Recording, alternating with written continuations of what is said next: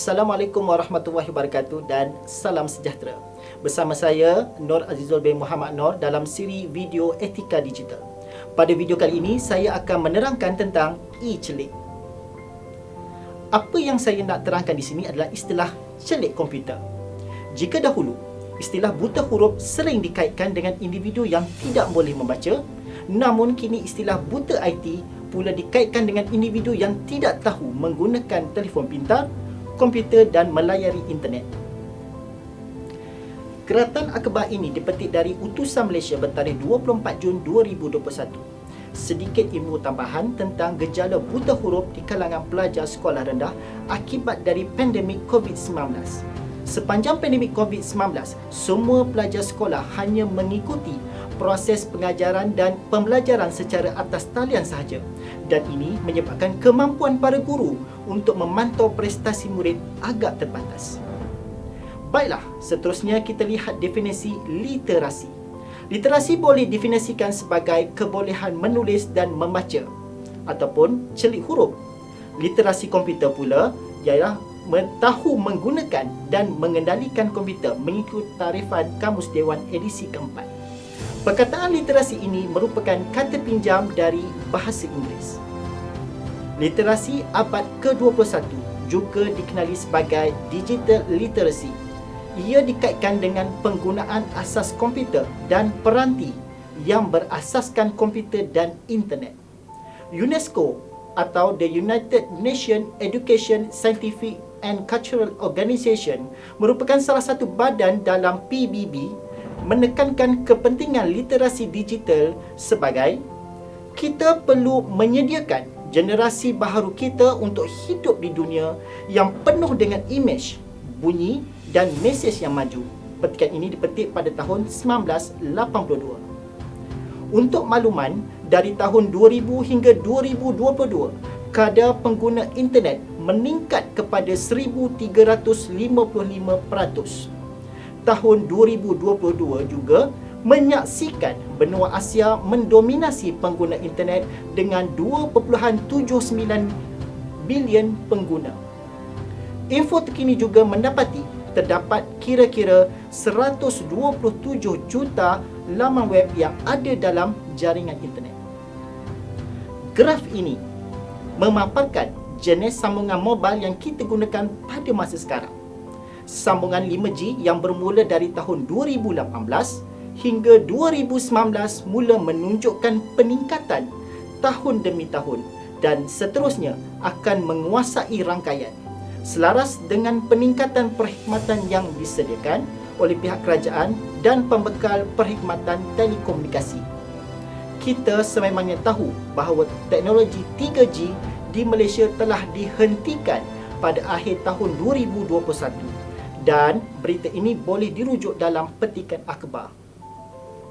Petikan dari berita harian ini menyatakan Suruhanjaya Komunikasi dan Multimedia ataupun MCMC dalam sorotan prestasi 2020 berkata, penamatan secara berkala itu bagi mempersiapkan negara untuk peralihan ke arah teknologi 5G.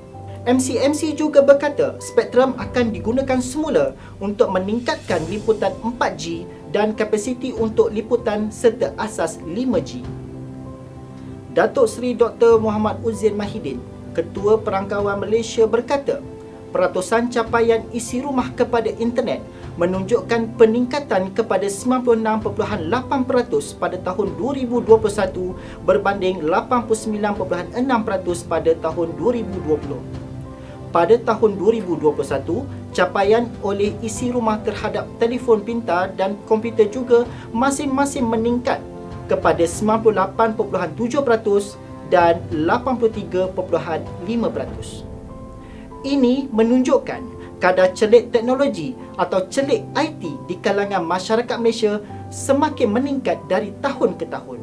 Sekarang, mari kita lihat evolusi teknologi ataupun perubahan teknologi. Pertama, sambungan tanpa wayar atau juga disebut nirwaya. Sambungan nirwaya membolehkan pengguna bergerak bebas tanpa terikat kepada satu lokasi sahaja. Yang kedua, penggunaan media sosial yang meluas pada masa kini menunjukkan bagaimana interaksi secara maya berlaku. Lebih-lebih lagi ketika pandemik. Banyak mesyuarat, perjumpaan, proses PDP dilakukan secara atas talian. Dahulu, kita sering menggunakan internet untuk mendapatkan maklumat. Kini, semua pengguna internet bebas menyediakan sendiri kandungan untuk internet. Contoh yang paling mudah adalah memuat naik video di YouTube dan juga di TikTok. Pada awal 1998, kelajuan data pada ketika itu hanyalah sekitar 128 KB per second. Tetapi, kini sambungan internet di rumah boleh mencapai kepada 1 GB per second. Teknologi juga memudahkan sesuatu kerja. Sebagai contoh, jika dahulu proses pengeditan gambar akan melalui satu proses yang cukup panjang dan lama. Tetapi, kini dengan kecanggihan aplikasi, proses itu dapat dilakukan secara automatik dan pantas. Seterusnya, kita lihat apakah cabaran literasi digital. Yang pertama, jejak digital. Jejak digital merupakan data yang ditinggalkan pengguna setelah melayari internet. Tidak seperti definisi jejak kaki yang mudah hilang, jejak digital tidak hilang. Ianya masih boleh dicari dengan kecanggihan teknologi pada masa kini. Yang kedua, anonymity. Anonymity memberikan ruang dan peluang yang lebih luas kepada mana-mana individu untuk mendapatkan apa yang tidak dapat mereka miliki di alam realiti. Contohnya, ketika kita bermain dalam permainan video virtual reality.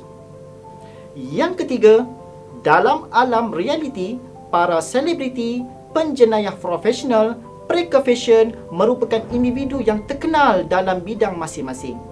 Tetapi, di dalam alam cyber, kumpulan berkemahiran komputer tinggi adalah lebih berpengaruh. Bekerja dari rumah merupakan istilah yang sangat popular dikala dunia dicengkam dengan pandemik COVID-19. Hampir semua kerjaya yang tidak kritikal, yang tidak memerlukan interaksi sesama manusia terpaksa melalui situasi ini. Seterusnya, pornografi.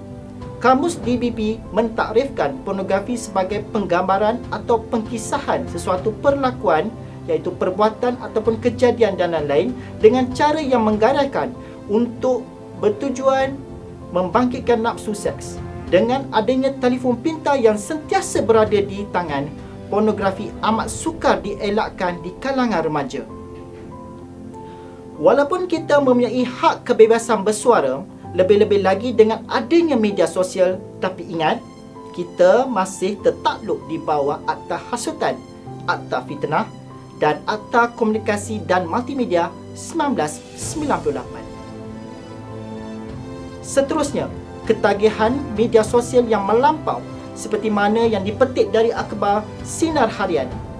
Mengikut kajian tahun 2019, Suruhanjaya Komunikasi dan Multimedia Malaysia telah merekodkan sejumlah 50.4% kanak-kanak di negara ini memiliki telefon pintar pada usia 12 tahun. Manakala 78.8% pengguna internet, terutama kanak-kanak di Malaysia juga mengalami ketagihan internet, dan situasi ini mengundang kebimbangan kepada ibu bapa. Antara cabaran seterusnya adalah budaya buli cyber. Berdasarkan laporan tabung kanak-kanak Pertubuhan Bangsa-Bangsa Bersatu ataupun UNICEF pada tahun 2020, Malaysia berada pada kedudukan kedua di Asia bagi kes buli cyber selepas negara India. Setahun sebelum itu, UNICEF turut melaporkan 3 dari 10 remaja Malaysia pernah menjadi mangsa buli cyber yang dilakukan menerusi media sosial. Sebagai kesimpulannya, aktiviti di alam cyber akan meninggalkan jejak digital Jadi kita masih boleh dikesan oleh pihak-pihak tertentu. Tidak semua bahan di internet boleh dipercayai sepenuhnya. Jadi kita perlu berhati-hati memilih. Beretika adalah jalan terbaik untuk kekal selamat ketika menggunakan teknologi digital. Alhamdulillah, kita telah sampai ke penghujung video untuk siri ini. Sekiranya anda merasakan video ini banyak memberikan manfaat kepada anda, apa kata anda kongsikan video ini dengan yang lain? Untuk itu, sila tekan like, tulis komen yang baik-baik dan sharekan link video ini dan jangan lupa tekan subscribe. Jumpa lagi dalam video yang akan datang. Assalamualaikum warahmatullahi wabarakatuh. Salam sejahtera.